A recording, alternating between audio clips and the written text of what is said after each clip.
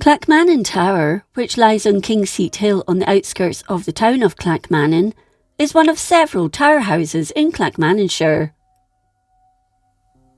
The hill was ideally placed, but it wasn't until the 12th century that a fortified structure was built there. This was known as the Castle of Clackmannan and was one of several royal residences for Malcolm IV. It's thought to have been his hunting seat, as it was close to the royal forest of Clackmannan, also known as the King's Forest. It was later used by his brother and heir, William I, then Alexander II, and Alexander III. Following the death of Alexander III in 1286, whose heirs had predeceased him, the Wars of Independence broke out, and Clackmannan Castle effectively came under the rule of Edward I of England. Following the defeat of his son, Edward II, at Bannockburn in June 1314, it returned to Scottish control. Robert I, better known as Robert Bruce, lived there in 1316, 1317 and possibly 1318. He then visited it frequently between 1322 and 1327, 2 years before his death. At the time, it wasn't unusual for furnishings and household goods to be transported where the king was currently living. Among the items in the entourage were the windows. Glass was expensive, and a system of portable windows meant that the principal rooms in the castle could be glazed, and this is believed to have been the case at Clackmannan Castle. In the late 14th century, and with money running out, David II sold the castle and the barony of Clackmannan to Robert Bruce on 9th December 1359. It was around this time Bruce rebuilt the northern tower in pink sandstone ashlar, with its ground floor cellars, great hall on the first floor, and a guardhouse at the top. As before this, it was a motte and bailey castle, constructed of wood. Over the years, and with rising living standards, the building was altered and added to, with the 14th century tower being heightened, which is clearly shown by the change in the colour of the sandstone, with a second tower added in the 15th century to form a substantial L-shaped tower house. The north wing was built using coarse rubble and ashlar and has 4 stories, with the south tower being slightly higher at 5. The fact the attic rose a full story above the main tower is unique in Scotland. Both have a cape house on the roof to cover the internal staircases.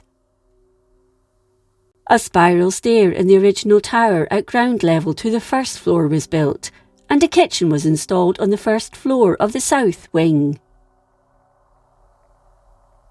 Further additions and alterations to the tower were made in the 16th and 17th centuries, with a wide scale and plat staircase being installed, leading from the ground floor to the first floor, replacing the original south turnpike stair. It was also during this time that the tower became fully glazed, and corbelled battlements and machicolations, alternate holes in the stonework, where stones and burning objects could be thrown down onto attackers, were added.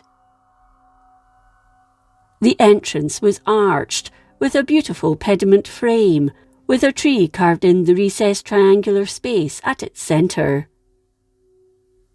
This doorway, framed by fluted Doric pilasters, led to a pend, that in turn led to a door at the west end, giving direct access to the late 17th century mansion house.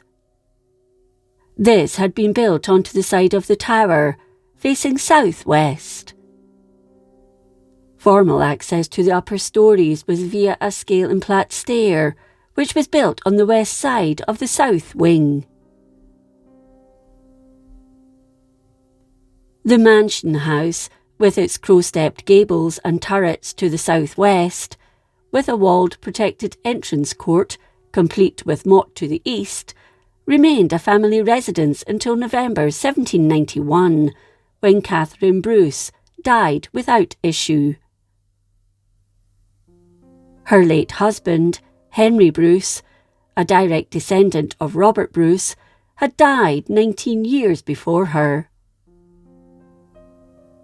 The estate was bought by Lawrence Dundas, the first Earl of Shetland, but the tower and house were abandoned.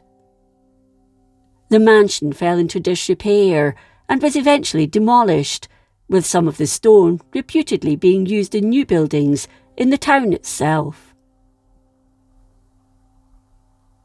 In 1948, parts of the eastern walls collapsed due to mine workings, with further falls during the 1950s. By 1966, there was serious concern that the tower would be lost. However, the Ministry of Works set to work and managed to save the medieval building. Damage to the foundations of the tower has caused the entire structure to lean at an angle towards the south. Remains of the outer walls of the mansion house, a terraced garden, and an ancient bowling green can still be traced. In 1954, the tower was handed over to what is now Historic Environment Scotland and is only open to the public on rare occasions, such as Doors Open Days. The tower can be seen for miles and has commanding views over the surrounding countryside. It was Category A listed on 9th June 1960, with the tower we see today being the one largely built by the Bruce family.